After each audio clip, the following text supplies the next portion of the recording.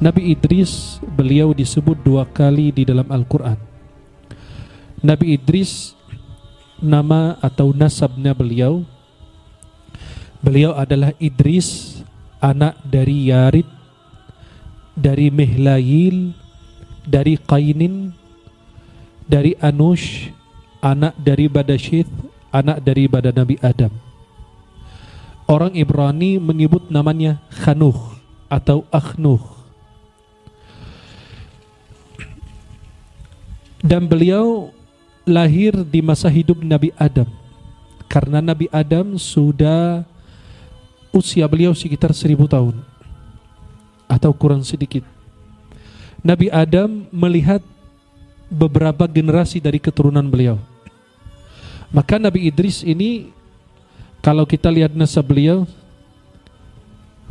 anak yang kelima daripada Nabi Adam, keturunan kelima. 5 keturunan beliau bisa menyaksikan mereka. Dan beliau mendapatkan Nabi Adam ketika Nabi Adam usia beliau 308 tahun, atau dinyatakan masih Nabi Adam sisa dari usia beliau sekitar 308 tahun. Maka Nabi Idris lahir sisa dari umur Nabi Adam sekitar 308 tahun. Beliau lahir di Babylon atau disebut di Babil di Irak, dan beliau menetap di Mesir. Beliau itu dianugerahkan nubuwah, kenabian oleh Allah Subhanahu wa taala sesudah wafatnya Syith alaihi salam, anak Nabi Adam. Dan beliau diutus kepada keturunan Qabil, anak daripada Nabi Adam alaihi salam. Dan Allah Subhanahu wa taala menyebutkan beliau bahwasannya beliau ini orang yang jujur. Dalam surat Maryam ayat 56, "Wadhkur fil kitabi Idris innahu kana siddiqan nabiyya." Allah menceritakan dalam Al-Quran tentang Nabi Idris, seorang yang sangat membenarkan dan seorang nabi. Kemudian beliau mengajak kepada segala kebaikan dan melawan segala kerusakan di muka bumi pada saat itu. Dan beliau memakmurkan bumi, dan beliau ini diikuti oleh sebagian orang, pengikutnya sebagian, enggak banyak seperti nabi-nabi yang lain. Maka Nabi Muhammad pernah melihat bahwasannya ada seorang nabi pengikutnya cuma 1 orang, dan ada seorang nabi sendirian masuk surga, enggak ada satupun yang beriman kepada beliau. Ada seorang nabi yang masuk bersama 1 orang, ada yang berdua, ada yang bertiga, ada yang berempat. Yang paling banyak masuk surganya Allah Subhanahu wa taala adalah umat Nabi Muhammad sallallahu alaihi wasallam. Beliau yang beriman kepada beliau itu sangat sedikit. Beliau hijrah dari Babylon menuju ke Mesir. Sesudah beliau melihat nikmat Allah Subhanahu wa taala, beliau melihat nikmat dan karunia Allah, beliau selalu memuji Allah Subhanahu wa taala dan mengajak orang untuk beribadah. Dan beliau itu di masa hidupnya, beliau ini peduli dengan pembangunan. Sampai dinyatakan beliau membangun di masa hidup beliau sekitar 188 kota. 188 kota dibangun di zaman beliau. Dan beliau ini memiliki kedudukan tinggi di sisi Allah Subhanahu wa taala. Allah berfirman, "Wa rafa'nahu makanan 'aliyya." Dan kami telah mengangkatnya ke martabat yang tinggi, Nabi Idris alaihissalam. Apa yang dimaksud diangkat dengan martabat yang tinggi? Pertama, diangkat martabat di surga. Ada yang mengatakan kedudukannya, ada yang bilang ilmunya, ada yang bilang beliau itu sebelum wafat diangkat ke langit, lalu beliau wafat di langit. Dan beliau dikatakan beliau wafat di bumi, kemudian beliau diangkat ke langit. Wallahu a'lam bishawab.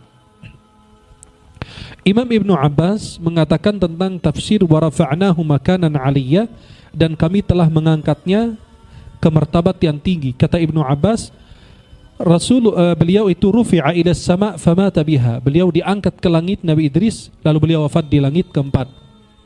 Maka Rasulullah SAW ketika Isra Mi'raj berjumpa dengan Nabi Idris di langit keempat. Langit pertama kan Nabi Adam, langit keempat Nabi Idris alaihissalam. Dan beliau itu seorang nabi sesudah Nabi Syith. Nabi Syith anak daripada Nabi Adam alaihissalam langsung. Nabi Idris adalah orang pertama yang menulis dengan pena. Nabi Idris adalah orang yang pertama menjahit pakaian dan menggunakan pakaian yang berjahit. Karena dulu sebelum masa beliau, manusia menggunakan pakaian dari kulit. Dan orang pertama yang memperhatikan ilmu pengetahuan tentang bintang dan matematika dan lain. Dan orang yang pertama berjihad di jalan Allah Subhanahu wa taala. Di antara doa Nabi Idris alaihissalam yang dikatakan itu doa yang mustajab. Doanya ya dzal jalali wal ikram wa ya dzal tawli la ilaha illa ant dhahral lajiin wa jaral mustajirin wa unsal khaifin inni as'aluka in kunta fi ummil kitab syaqiyan an tamhu min ummil kitab syaqai wa tathbutni indaka sa'idan wa in kuntu fi ummil kitab mahruman muqattaran fi rizqi an tamhu min ummil kitab hirmani wa iqtari warzuqni wa athbutni indaka sa'idan muwaffaqan lil khairi kulli. Beliau berwasiat kepada anak-anaknya agar senantiasa mengikhlaskan ibadahnya karena Allah. Dan beliau ini dikatakan hidup sekitar 365 tahun.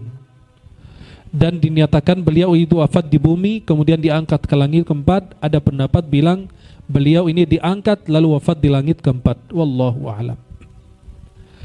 Yang kita dapat pelajaran dari kisah Nabi Idris, karena tidak banyak cerita di dalam Al-Quran dan dalam kitab-kitab kisah para Nabi tentang Nabi Idris. Kisah pertama adalah hikmah, kebijaksanaan dalam berdakwah kepada Allah. Yang kedua, beliau ini orang yang mendapatkan hasil uang daripada hasil pekerjaan tangannya beliau sendiri. Kemudian yang ketiga, hijrah dari negeri ke negeri yang lain apabila di negeri yang lain itu kehidupan lebih bagus, bisa mendapatkan kehidupan, maka orang bekerja di satu tempat tiba-tiba pindah lagi, kemudian pindah lagi, kemudian pindah lagi. Bagaimana dia bisa berpindah? Karena mencari kehidupan yang lebih bagus. Dan itu dianjurkan, tidak dilarang dalam agama Islam untuk Anda mencari tempat yang lebih bagus, pekerjaan yang lebih bagus selama halal. Kemudian para jamaah yang dimuliakan Allah, tafsir mimpi. Kalau kita melihat Nabi Idris di dalam mimpi kita, maka Allah anugerahkan sifat berhati-hati kepada orang tersebut, dan Allah akan mengakhiri hidup orang tersebut dalam kebaikan, dan orang tersebut akan menjadi orang yang sungguh-sungguh dalam beribadah dan menjadi orang yang santun, lemah lembut. Kalau kita melihat Nabi Idris dalam mimpi, kita dianugerahkan menjadi orang yang selalu berhati-hati dalam mengambil sikap, dalam berbicara, dan lain sebagainya.